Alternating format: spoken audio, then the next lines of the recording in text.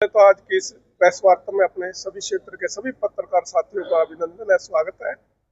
और मेरे सबकी इच्छा थी कि एक बार अपने सभी प्रेस के जितने भी अपने साथी हैं सभी से एक जगह मिलना हो, बैठना हो, क्योंकि लगातार आप अपने क्षेत्र की लगातार दिन रात सेवा करते हैं। कोई भी मुद्दा हो, सामाजिक हो, धार्मिक हो या कोई भी, बड़ी निष्पक्षता के साथ आप उसको हर मुद्दे को दिखाते हो। तो आज बड़ा अच्छा था। और एक साथ ही हमारी जो मेन आज का जो विषय है प्रेस वार्ता का, हम 10 तारीख से लेकर 17 तारीख तक अपने देश के इस राष्ट्रीय पर्व स्वतंत्रता दिवस पर हम उन वीरों को जिन्होंने हमारे इस देश की आज़ादी के लिए हंसते हंसते अपने प्राणों की आहुति दी, हमें आज़ादी दिलाई, उन वीरों को नमन करने के लिए 10 से 17 तक लगातार देश भर में तिरंगा यात्राएं निकाली जा रही हैं। और इसी कड़ी में हम 13 तारीख को अपने इस विधानसभा क्षेत्र में हम तिरंगा यात्रा निकाल रहे हैं।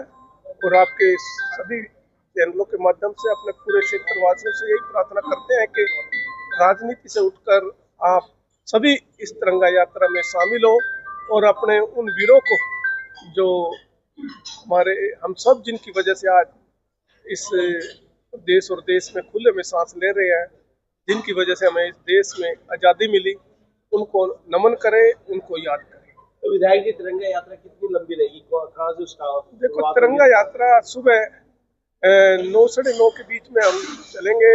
अनाज मंडी का जो हमारा शेड है जिसमें मंच बना हुआ है, वहां से इकट्ठे होकर के तो फिर वो मेन बाजार से होते हुए हम भगत सिंह चौक पर वहां पर पहुंच करके हम पुष्पांजलि करके भगत सिंह जी को, अपने उन शहीद जिन्होंने हमें इसमें आज़ादी में महत्वपूर्ण भूमिका जिनकी रही है, तो उनको श्रद्धा सुमन अर्पित करके यात्रा का समापन करेंगे। तो मेरी तो यही अपील करूंगा कि इस आज़ादी के इस पर्व में आप सभी आकर के इस यात्रा में शामिल हो, ताकि हमारे जो युवा पीढ़ी है वो भी समझे कि आज़ादी हमें ऐसे नहीं मिली। इतने उन वीरों ने किस तरह से अपना घर बार छोड़ के सिर्फ अपने देश के लिए, अपने इस देश के सम्मान के लिए उन्होंने हंसते हंसते, किसी ने फांसी का फंदा चूमा, इन्होंने कोई गोली का शिकार बना, लेकिन अपने देश को आज़ाद कराने में उन्होंने जब तक नहीं हुआ, लगातार हमारे युवा लड़ते रहे और आखिर में उन वीरों की वजह से हमें आज़ादी मिली है। तो वीरों को अगर हमारे युवा साथी सभी पहुंचेंगे तो उनके अंदर भी एक जोश, एक भावना आएगी कि कभी भी इस तरह की कभी देश के सामने कोई ऐसी स्थिति आए तो हमें हंसते हंसते अपने देश के लिए, अपने देश के सम्मान के लिए अगर प्राणों की जरूरत पड़ी तो हमें पीछे नहीं हटना चाहिए।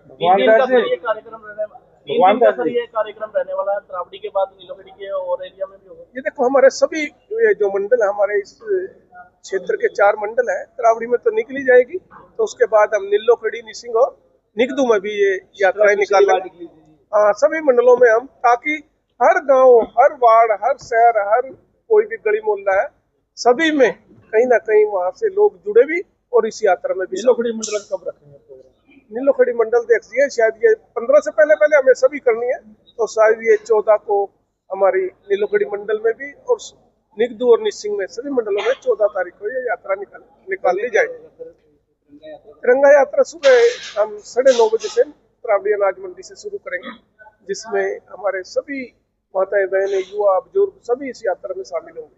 भगवान दास जी, बाकी मंडलों में समय यही रहेगा? नहीं, मंडलों में तो अलग अलग मंडल देख, हमारे सभी हमारे जोनी राणा जी है, मंडल देश का काम देख रहे हैं, निगदू का, निसिंग का, और हमारे रंजीत भारद्वाज जी त्रावड़ी मंडल का, बाबा मुकेश जी है ये नीलोखेड़ी मंडल का, और राजपाल जी निगदू मंडल का। ये चारों हमारे मंडल देख और मंडलों के हमारे कार्य देख रहे हैं। और साथ ही हमारे शिवनाथ कपूर जी भी यहाँ, जो पुराने आपके पत्रकार साथी भी रहे हैं और हमारी पार्टी के वरिष्ठ नेता भी हैं, वो भी यहाँ बैठे हैं। तो ये सभी आज अपने डिसाइड करेंगे कि समय क्या रहे, ताकि मेरे भी वहाँ उपस्थिति हो जाए। ऐसा समय हम तय करें कि मेरा भी सभी यात्राओं में शामिल होने का मुझे भी मौका मिल सके। भगवान दास जी, कई सालों से तिरंगा यात्रा निकल रही है, पूरे देश में निकल रही है, ऐसे में क्या समझते हैं, कितनी चेतना आ रही है युवाओं में? नहीं, देश की आजादी को समझने में कितना माहौल में फर्क है? देखो, जब से हमारे ये आयोजन हुए, चाहे जिन्होंने भी हमारे इस देश के लिए कुर्बानी दी है, बड़े बड़े महान क्रांतिकारी हुए, हमने समय समय पर उनको भी याद किया है। और तिरंगा यात्रा भी इसीलिए निकाल रहे हैं कि ताकि हम उन वीरों के बारे में जान सके जिन्होंने अपनी कुर्बानी दी है, किस तरह से उन्होंने आज़ादी दिलाई है। तो आज हर युवा समझ रहा है और लगातार अपने उसके अंदर एक प्रेरणा, एक देश के प्रति अपना प्रेम उसके अंदर आया है। और आप देख रहे हैं कि अब घर घर में अब तिरंगा लगाने का काम सभी युवा साथी अपने करेंगे। और 15 लगातार ये अब 14, 15, 16, 17 हर घर पे आप तिरंगा देखेंगे। तो ये चेतना तभी आई है जब ये प्रोग्राम किए, आयोजन किए, तो निश्चित रूप से इससे हमारे युवा जागृत हो। हल्के में नया प्रोजेक्ट कोई आने वाला है? देखो, सबसे पहले तो मैं माननीय मुख्यमंत्री जी का धन्यवाद करता हूँ कि हमारे कुछ रुके हुए प्रोजेक्ट थे जो 7-8 साल से बंद थे। सबसे पहले तो हमारा नीलोखड़ी का जो 100 बेड का हॉस्पिटल चल रहा था, उसका दोबारा टेंडर होकर के उसका काम चल चुका है और स्पीड पे उसका काम चला हुआ है। तरावड़ी हॉस्पिटल की कुछ बाकी था, उसका भी पैसे दोबारा रिवाइज होके आ चुके हैं, उसका काम चल चुका है। और एक तरावड़ी में कॉलेज था, इसके भी सरकार ने अप्रूवल दे दी है, इसका भी अलग से बजट आ गया, इसका टेंडर लगा दिया गया। जल्दी से ये रुका हुआ काम भी पूरा हो जाएगा ताकि हमारी बेटियां बच्चे जो नीलोखड़ी में एक बहुत ही कम जगह है वहां पर और परेशान भी है, ताकि वो परेशानी उनकी दूर हो और एक अच्छा व्यवस्थित और सुंदर उनको व्यवस्था तरावड़ी कॉलेज में मिले। इसलिए हम इसको जल्दी से अब ये काम शुरू हो जाएगा। और एक हमारा बस्तली का कॉलेज था, बस्तली का कॉलेज भी हमारा आज स्पीड पे चला हुआ, वो भी काम उसका बाकी था। बाकी 3-4 हमारे ये जो पीएचसी हैं, चाहे समाना बाबू की पीएचसी हो, गुल्लरपुर की है एक पीएचसी, एक सगा गांव में पीएचसी थी, तो ये काम भी उसी समय के रुके हुए थे, ये भी पाइपलाइन में और जल्दी इनके भी सरकार दोबारा अप्रूवल दे करके एक रेस्ट हाउस तैयार है अभी तक, उसका इनॉग्रेशन ये 15-16 के आसपास इसका माननीय मुख्यमंत्री उद्घाटन करेंगे। क्योंकि जब बात हुई थी कि प्रदेश भर के कुछ ऐसे योजनाएं हैं जो पूरी हो चुकी है, उनका माननीय मुख्यमंत्री जी अपने कर कमलों से उद्घाटन करेंगे। तो ये जल्दी ये अपने निसिंग में एक पीडब्ल्यूडी रेस्ट हाउस है, एक नीलोखड़ी में पीडब्ल्यूडी रेस्ट हाउस है, ये दोनों का हम इसी महीने में अगस्त में ये हम इनका उद्घाटन माननीय निगदू का बस अड्डा भी इसी में है, वो इकट्ठा हो जाएगा सबका। एक भगवान का भी तो उसी के लिए बता रहे हैं कि इस महीने में अभी 5-7 दिन के अंदर अंदर इनका उद्घाटन होने वाला है। 15 तारीख को माननीय मुख्यमंत्री जी ने समय दिया हुआ है, शायद 15 तारीख को ये अपने ये हम सबको समर्पित कर दे अपने क्षेत्र की जनता को।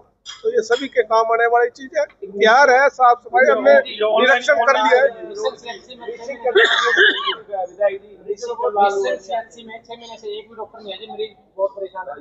डॉक्टर तो है जो समय समय पर उनकी, क्योंकि डॉक्टर की थोड़ी दिक्कत तो है, लेकिन कहीं ना कहीं ड्यूटियां बदल करके हफ्ते की ड्यूटी में आ सक रही है, ऐसा नहीं है खाली है, डॉक्टर आ रहे हैं पर परमानेंट की अभी और सरकार भर्ती कर रही है। जल्दी उनकी नियुक्ति होकर के जो ये दिक्कतें आ रही है इनको पूरा करने का हम काम भगवान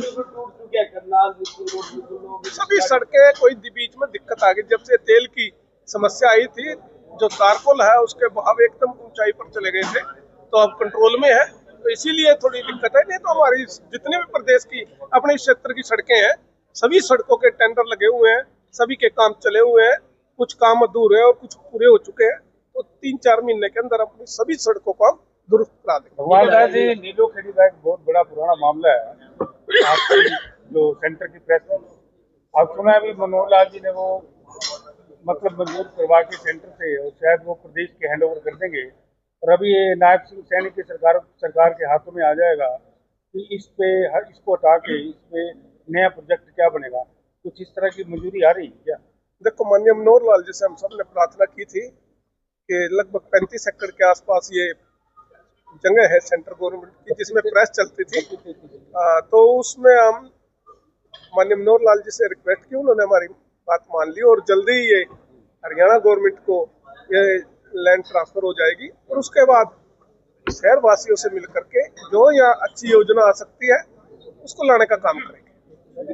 बाईपास की तरावड़ी की योजना, तरावड़ी की हमने बाईपास की, एक हमने निसिंग बाईपास की, ये ऐसी हमने 2 योजनाएं बनाई हुई है। एक तो जो यहाँ जो उड्डा सेक्टर 1 है उसके साथ 70 मीटर की सड़क जो रेलवे लाइन तक जाती है, उसको हम आगे कोशिश है कि लल्याड़ी रोड तक इसको ले जाए।